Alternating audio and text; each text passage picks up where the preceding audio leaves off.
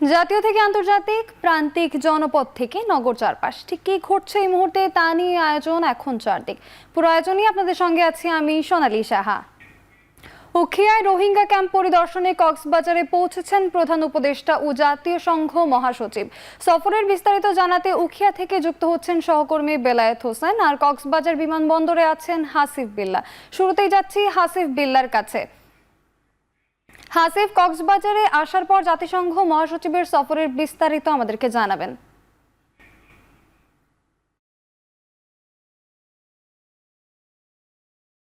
Doctor Mohammad Yunus এবং জাতিসংঘের মহাসচিব অ্যান্টনিও গুতেরেস এই মুহূর্তে এই কক্সবাজার বিমানবন্দরে অবতরণ করেছেন এবং প্রধান উপদেষ্টা এই কক্সবাজার বিমানবন্দরটি এখন পরিদর্শন করবেন। দর্শক, আমরা একটু দেখাতে চাই ডক্টর ইউনূস এবং তার সফরকারী সঙ্গীরা এখন এই কক্সবাজার বিমানবন্দরে এই যে বিমান থেকে অবতরণ করেছেন মাত্র, এবং তারপরে আমরা দেখতে পাচ্ছি প্রধান উপদেষ্টা এবং জাতিসংঘের মহাসচিব একসাথে তারা এই বিমানবন্দর থেকে রানওয়ে থেকে ভিআইপি লাউঞ্জের দিকে এগিয়ে যাচ্ছেন। আমরা দেখতে পাচ্ছি এখন জাতিসংঘের মহাসচিব অ্যান্টনিও গুতেরেস তিনি রোহিঙ্গা ক্যাম্পের উদ্দেশ্যে রওনা দেবেন। আমরা একটু দেখানোর চেষ্টা করি।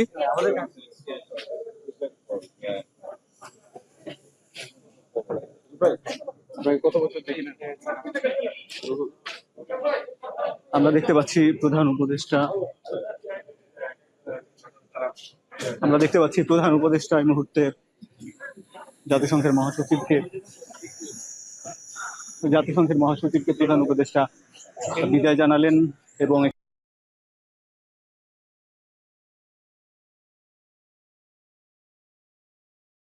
প্রধান উপদেষ্টা তাকে বিদায় জানিয়ে আমরা দেখতে পাচ্ছি এখানে দাঁড়িয়ে রয়েছেন এবং জাতিসংঘের মহাসচিবকে বিদায় দিয়ে তিনি মূলত এই কক্সবাজার রানওয়ে এবং কক্সবাজার বিমানবন্দরের যে উন্নয়ন কার্যক্রম সেটি পরিদর্শন করবেন।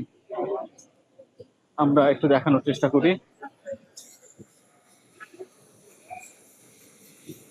এখানে মূলত জাতিসংঘের মহাসচিব এসেছেন রোহিঙ্গা শরণার্থী ক্যাম্প পরিদর্শন করতে, এবং আমরা দেখতে পাচ্ছি জাতিসংঘের সহ আরো যেসব উন্নয়ন দাতা সংস্থা রয়েছে সেই দাতা সংস্থার সদস্যরাও এই সফর সঙ্গী হয়েছেন। এবং এই যে গাড়ি বহর দেখতে পাচ্ছি, এখানে আইন শৃঙ্খলা বাহিনীর সদস্যরা যেমন রয়েছেন, আমরা দেখতে পাচ্ছি দাতা সংস্থার বিভিন্ন প্রতিষ্ঠানের সদস্যরাও এখানে রয়েছেন।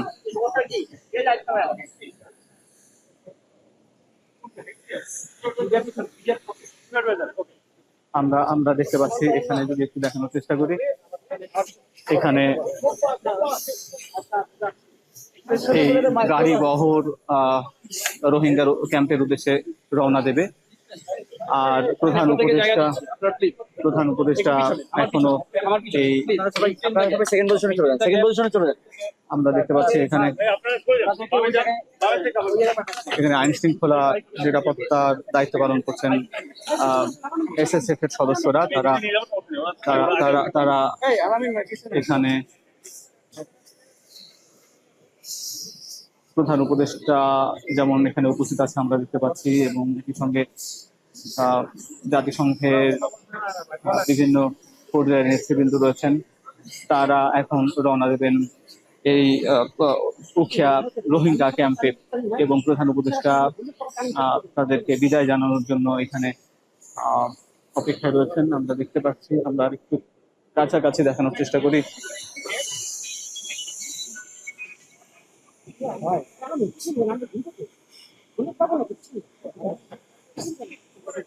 এখানে মূলত প্রধান উপদেষ্টা কক্সবাজার বিমানবন্দর থেকে যুক্ত ছিলেন আমাদের সঙ্গে সহকর্মী হাসিফ বিল্লাহ। এবার চলে যাব বেলায়েতের কাছে। বেলায়েত, আপনি তো সকাল থেকে উখিয়ায় রয়েছেন। প্রধান উপদেষ্টা ও জাতিসংঘ মহাসচিব সফর ঘিরে প্রস্তুতির খবর জানাচ্ছিলেন আমাদেরকে। দুজনের কর্মসূচির বিস্তারিত আমাদেরকে যদি একটু জানাতেন।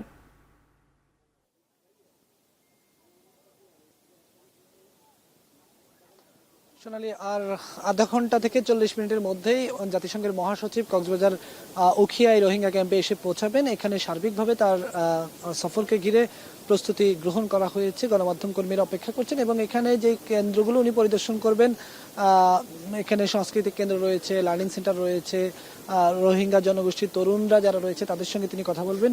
যাবতীয় যে কার্যক্রমগুলো তিনি এখানে এসে গ্রহণ করবেন সেগুলোরই সব প্রস্তুতি এখানে নেওয়া হয়েছে। শুরুতেই তিনি একটি সাংস্কৃতিক কেন্দ্রে যাবেন, সেখানে এই রোহিঙ্গাদের সংস্কৃতি নিয়ে তিনি দেখভাল করবেন, তারা কি ধরনের কৃষ্টি কালচারের মধ্যে বড় হচ্ছে এই বিষয়গুলো তিনি দেখবেন। এরপরে তিনি লার্নিং সেন্টারগুলো ঘুরে ঘুরে দেখবেন, অর্থাৎ তাদের শিক্ষা ব্যবস্থার কি উন্নতি হচ্ছে, কতটুকু হচ্ছে এই বিষয়গুলো তিনি দেখবেন।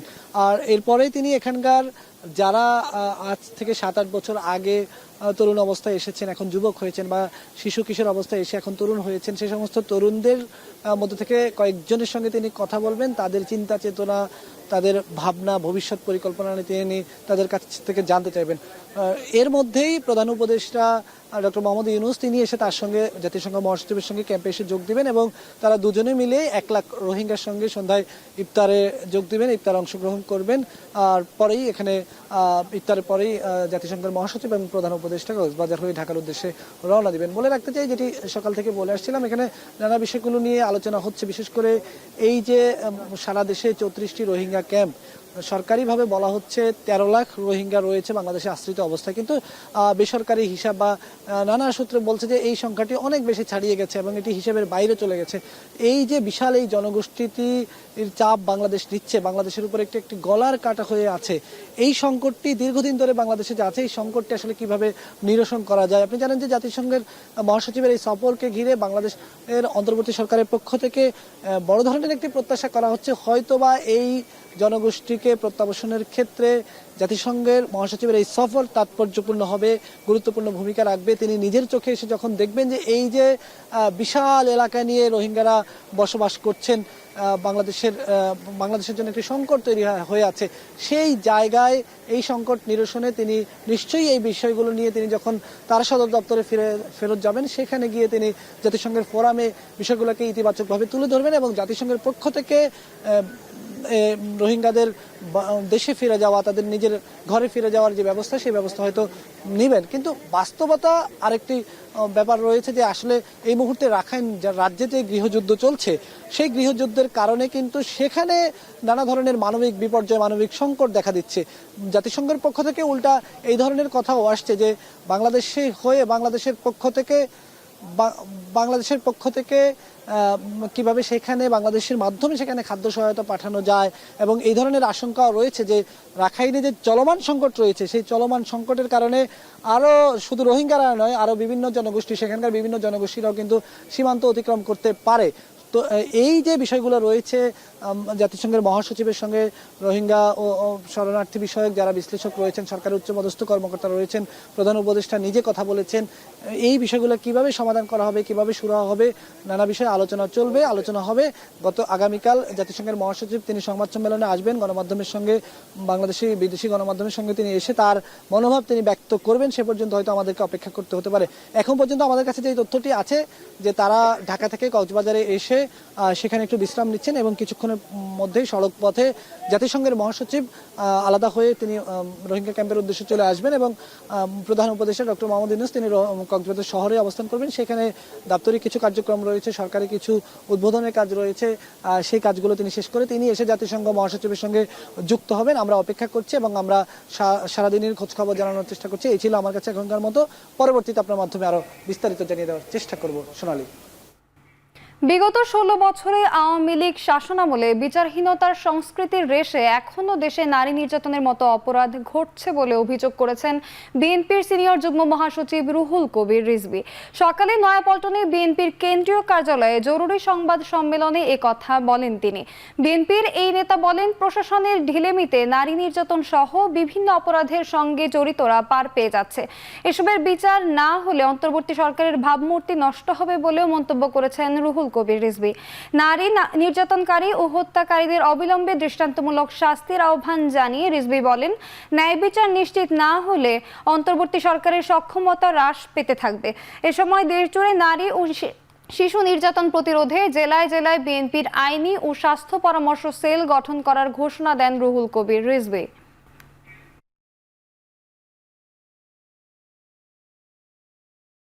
গত 15 বছরের সংস্কৃতির বিচারহীনতার যে সংস্কৃতি এবং আইনের শাসনের অনুপস্থিতিতে যে মানে দুর্যোগ এই দেশের উপর দিয়ে ঘটে গেছে তার রেশ এখনো তার রেশ এখনো কাটেনি। ওই সমস্ত দুর্বৃত্তরাই নানা জায়গায় নানাভাবে এগুলোকে মানে এই সমস্ত ঘটনা ঘটাচ্ছে। তবে ইনশাল্লাহ অতি দ্রুত সমস্ত কিছুর অবসান ঘটাবে, একটি শান্তি, স্বস্তি এবং নিরাপদ আমাদের এই সমাজ নিশ্চিত করার জন্য এবং মানবিক বাংলাদেশ তৈরি করার জন্য বাংলাদেশ জাতীয়তাবাদী দলের সকল পর্যায়ের নেতাকর্মী এবং আমাদের যারা পেশাজীবীরা রয়েছেন, আইনজীবী এবং চিকিৎসকরা, তারা কাঁধে কাঁধ মিলিয়ে বিষয়ে কাজ করবেন এবং কাজ করে যাচ্ছে। শেখ হাসিনা ও তার সহযোগীরা যেভাবেই পালিয়ে থাকুক, বিএনপি সরকার গঠন করলে তাদের দেশে ফেরত আনা হবে বলে মন্তব্য করেছেন দলটির চেয়ারপারসনের উপদেষ্টা জয়নুল আবেদিন ফারুক। দেশবিরোধী ষড়যন্ত্র রুখতে সময়মতো জাতীয় নির্বাচন অনুষ্ঠিত করার আহ্বান জানান তিনি। সকালে জাতীয় প্রেস ক্লাবের সামনে নাগরিক অধিকার আন্দোলন আয়োজিত বাংলাদেশের বিরুদ্ধে ভারতীয় অতৎপরতা ও অপপ্রচার বন্ধের দাবিতে প্রতিবাদ সভায় তিনি এসব কথা বলেন। সভায় জয়নুল আবেদিন ফারুক বলেন, ভারতে বসে ডক্টর ইউনূসকে অস্বস্তিতে ফেলতে বেপরোয়া হয়েছে পতিত স্বৈরাচারী শক্তি। সভায় যোগ দিয়ে বিএনপি চেয়ারপারসনের আরেক উপদেষ্টা হাবিবুর রহমান হাবিব বলেন, ফ্যাসিবাদ বিরোধী আন্দোলনে রাজপথে থাকা রাজনৈতিক দলগুলোর মধ্যে বিভেদ সৃষ্টি করে সরকারকে বেকায়দায় ফেলার ষড়যন্ত্র চলছে। ঐক্যবদ্ধভাবে ভারতীয় আগ্রাসন রুখে দাঁড়ানোর আহ্বান জানান তিনি।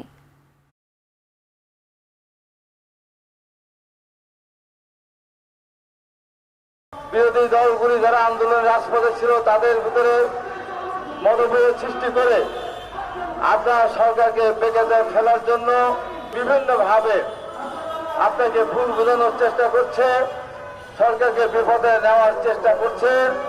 এই জায়গা থেকে সতর্ক থাকার জন্য আহ্বান জানাচ্ছে। তারেক রহমানের জাতীয়তাবাদী শক্তি বিএনপি ও যারা আসাম সহ যারা আন্দোলনে ছিলেন 12 দল, তারা ক্ষমতা আসতে পারেন। আরামে থাকেন, ফ্ল্যাটে ভাড়ায় থাকেন, ডলার নেয়া থাকেন, বাসা ভাড়া নেয়া থাকেন, ইনশাল্লাহ বাংলাদেশে আপনাদেরকে ফেরত আনে বিচারের আওতায় আনা হবে। এবারে রমজানে অনেকটাই স্থিতিশীল রয়েছে মাছের বাজার, তবে কোথাও কোথাও সরবরাহ কম থাকায় কিছুটা বাড়তি দাম। রমজানের মাঝামাঝি এই সময় সিলেটের বাজারে কমেছে মাছের সরবরাহ, ফলে সব ধরনের মাছের দাম বেড়েছে।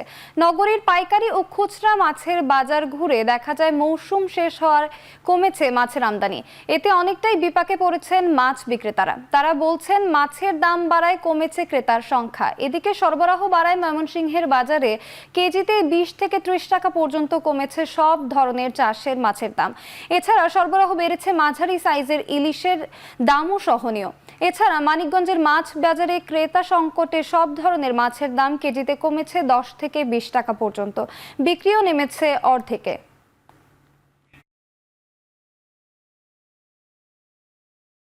নারায়ণগঞ্জে 7 বছরের শিশুকে ধর্ষণের অভিযোগ উঠেছে। শিশুটিকে উদ্ধার করে ঢাকা মেডিকেল কলেজ হাসপাতালে ভর্তি করা হয়েছে। স্থানীয়রা জানায়, চকলেট কিনে দেওয়ার কথা বলে ব্যবসায়ী ইব্রাহিম দোকানের ভেতরে শিশুটিকে ধর্ষণ করে। স্থানীয় কয়েকজন 5,000 টাকা ক্ষতিপূরণের বিনিময়ে বিষয়টি ধামাচাপা দেওয়ার চেষ্টা করেন। পরে রাতে ধর্ষণের ঘটনা জানতে পেরে ধর্ষকের বিচার দাবিতে বিক্ষোভ করে এলাকাবাসী। খবর পেয়ে শিশুটিকে উদ্ধার করে পুলিশ, পরে তাকে ঢাকা মেডিকেলে ভর্তি করা হয়। রূপগঞ্জের উপজেলা নির্বাহী কর্মকর্তা সাইফুল ইসলাম জানান, এই ঘটনায় জড়িত ব্যক্তিকে গ্রেফতারের চেষ্টা চলছে। ভিকটিমকে আমরা উদ্ধার করেছি, উদ্ধার করে আমরা রূপগঞ্জ থেকে ঢাকা মেডিকেলে অ্যাডমিট করেছি। এখন টেস্ট চলছে। বাহ্যিকভাবে শিশুটি এখন সুস্থ রয়েছে, বাট ডক্টর যেটি বলেছেন যে তারা টেস্ট করার পরে মূলত বুঝতে পারবেন আসলে কতটুকু ক্ষতি হয়েছে।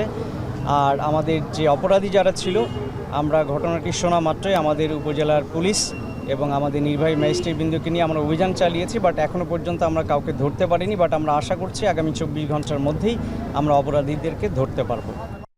এখন আন্তর্জাতিক প্রসঙ্গ। ইউরোপীয় ইউনিয়নের সকল দেশের সব ধরনের অ্যালকোহলিক পণ্যে 200% শুল্ক আরোপের হুমকি দিলেন মার্কিন প্রেসিডেন্ট ডোনাল্ড ট্রাম্প। যুক্তরাষ্ট্রের হুইস্কির উপর ইউরোপের আঞ্চলিক জোটটি 50% শুল্ক আরোপ করায় বৃহস্পতিবার সামাজিক মাধ্যমে ক্ষুব্ধ প্রতিক্রিয়া জানান ট্রাম্প। বলেন, অবিলম্বে এই শুল্ক প্রত্যাহার করতে হবে ইইউকে, না হলে ফ্রান্স সহ ইইউভুক্ত সব দেশের ওয়াইন, শ্যাম্পেন ও অন্যান্য অ্যালকোহলজাত পণ্য 4 গুণ পাল্টা শুল্ক আরোপ করবেন তিনি। একদিন আগে ইউরোপের স্টিল ও অ্যালুমিনিয়ামের উপর যুক্তরাষ্ট্রের 25% শুল্ক কার্যকর হয়। এর বদলে মার্কিন হুইস্কির উপর দ্বিগুণ আমদানি শুল্ক আরোপ করে ইইউ, যা প্রভাব ফেলবে যুক্তরাষ্ট্রের কৃষি পণ্যেও। মার্কিন পণ্যে আগামী মাসে কার্যকর হতে যাওয়া এই শুল্কের ফলে পণ্য রপ্তানিতে অতিরিক্ত $2,800 কোটি গুনতে হবে যুক্তরাষ্ট্রকে।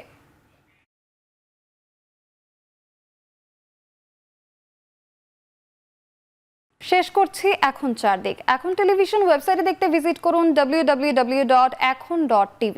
এছাড়া ফেসবুকে দেখতে ভিজিট করুন facebook.com/tv.ekhon, আর ইউটিউবে দেখতে ভিজিট করুন youtube.com/c/ekhon tv।